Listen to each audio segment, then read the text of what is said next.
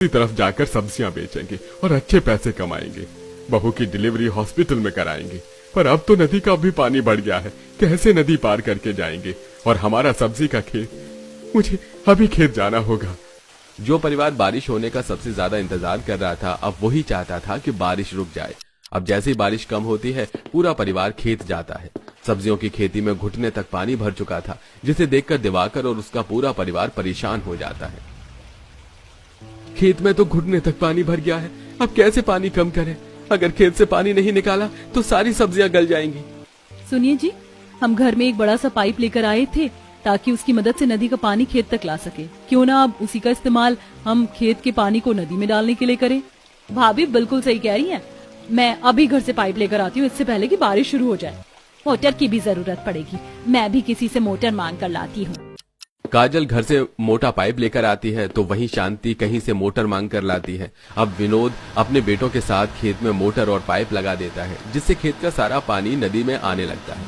ये देख अब सभी गांव वाले भी उन्हीं की तरकीब को अपनाते हैं और खेत के पानी को नदी में छोड़ देते हैं, जिससे नदी का पानी तो बढ़ जाता है पर उनके खेत का पानी कम हो जाता है।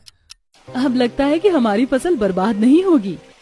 हमारी फसल भी तैयार हो गई है पिताजी। चलिए आज ज्यादा से ज्यादा मात्रा में सब्जियां तोड़ लेते हैं। फिर से काले बादल छा रहे हैं, इससे पहले कि बारिश हो कुछ सब्जी तोड़कर गांव में ही बेच देंगे। इतना बोलकर पूरा परिवार खेत में से बैंगन, गोभी जैसी सब्जियां तोड़कर टोकरे में भरने लगता है।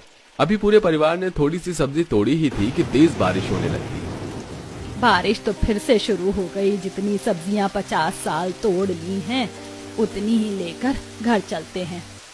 माँ जी, आप पूजा, काजल और रिंकी के साथ घर जाओ। अगर हम इसी तरह बारिश, पानी, नदी देखते रहे तो हमारी सारी फसल खराब हो जाएगी। अभी हमारी जितनी ताजा सब्जी है हमें तोड़ लेनी चाहिए ताकि हम कल मार्केट में इन्हें बेच सकें। आरती भाभी सही कह रही हैं। आप सब घर जाओ, हम सब्जी तोड़कर ही घर आएंगे। शांति, पूजा, काजल और रिंकी के साथ घर जाती है तो वहीं आरती अपने पति, देवर और ससुर के साथ सब्जियां तोड़कर घर आती है।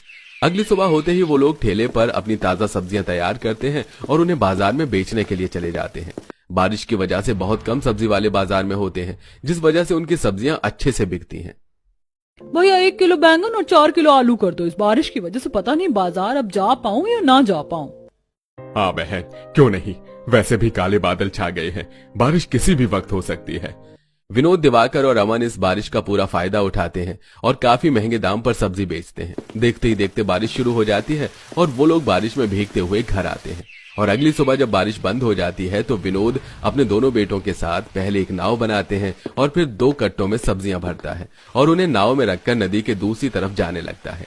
जिन्हें नदी से जाता देख आरती कहती है, बारिश का सीजन है, सब्जियां महंगी होती हैं, आराम से जाना। मुझे पूरी उम्मीद है कि जैसे नदी के इस तरफ हमारी सब्जियां बिकी हैं, वैसे ही नदी के उस पार भी बिकेंगी। आप तीनों आराम से जाओ, मैं माँ जी और काजल के साथ यहाँ कुछ सब्जियों को बेच लूंगी। विनोद अपने दोनों बेटों के साथ नाव पर सब्जियों का कट्टा रखता है और नदी पार करते हुए नदी के दूसरी तरफ जाता है और सब्जी मंडी में जाकर अपनी सब्जियां बेचता है। तो वहीं घर के बाहर आरती, काजल भी सब्जियां बेचती हैं और शांति भी गली गली जाकर बारिश में सब्जी बेचती है।